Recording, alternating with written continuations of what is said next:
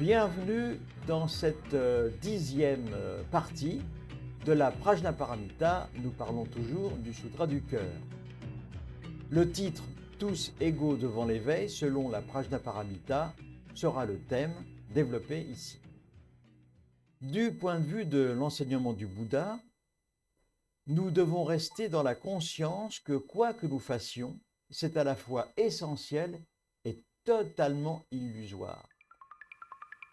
Cette connaissance est l'une des portes de la sagesse. C'est aussi la raison pour laquelle Subhuti, le grand disciple du Bouddha, nous dit que s'il comprend bien, afin d'atteindre cette sagesse parfaite, il est important d'étudier comment sont les choses dans le monde du samsara, notre monde, notre réalité. Autrement dit, pour atteindre la sagesse parfaite, il faut apprendre quoi? Eh bien, il faut apprendre le dépassement de soi. Dans la recette du Bouddha, nous pouvons accéder, nous tous, en pratiquant les 6 perfections.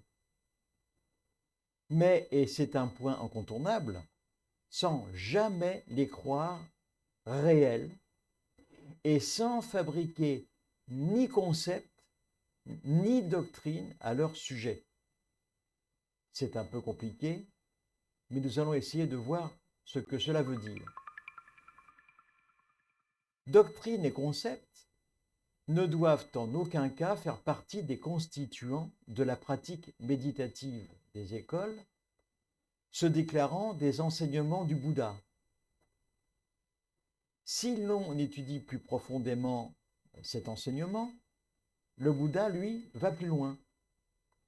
Il nous rappelle que celui qui contemple l'existence de cette manière, connaissant la nature du conditionné et de l'inconditionné, c'est-à-dire comme étant parfaitement identiques l'un à l'autre, eh bien celui-là pourra désigner aux autres le chemin. Il pourra devenir un enseignant au sens le plus strict et le plus pur. C'est cela la définition de la sagesse. À ce niveau, l'enseignement peut se faire par la parole, comme je le fais en ce moment avec vous.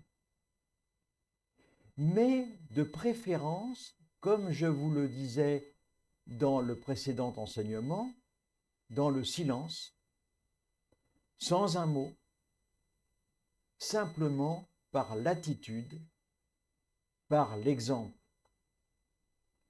Subhuti, qui lui est très curieux, bien sûr va aller un peu plus loin dans son questionnement.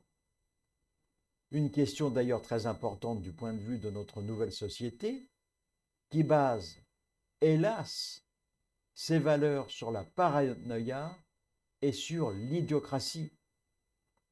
On le voit bien avec ce qui se passe dans le monde et les élections. Cette situation est d'un certain point de vue, assez grave. Subhuti demande au Bouddha, est-ce que cela est réservé aux êtres sages ou aux êtres intelligents? Alors le Bouddha, que lui répond-il? Bien sûr que non, Subhuti. Non, cela n'est pas réservé à ces êtres-là. Cela est accessible à tous, même à ceux qui ont l'esprit lourd, et aussi à ceux incapables de faire attention à quoi que ce soit. En fait, cette porte, elle est ouverte à tous ceux qui veulent faire le chemin. Mais cet accès, Subhuti, est fermé aux paresseux et aux indifférents. Alors, par cette dernière assertion, le Bouddha nous invite vivement à pratiquer assidûment afin d'atteindre cette ultime connaissance. Il nous indique également qu'être indifférent à celle-ci, ce qui semble l'attitude ordinaire de nos contemporains, cette indifférence à la connaissance ultime ne nous permettra jamais d'atteindre cet état de sérénité.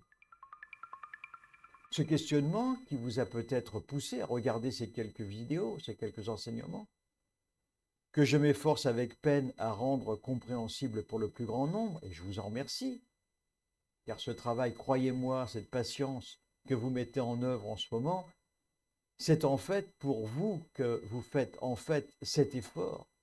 Mais ce que vous ne savez pas, c'est que vous le faites surtout pour votre entourage, plus tard. D'ailleurs, à ce propos, la prochaine fois, je vous parlerai justement de la sagesse parfaite.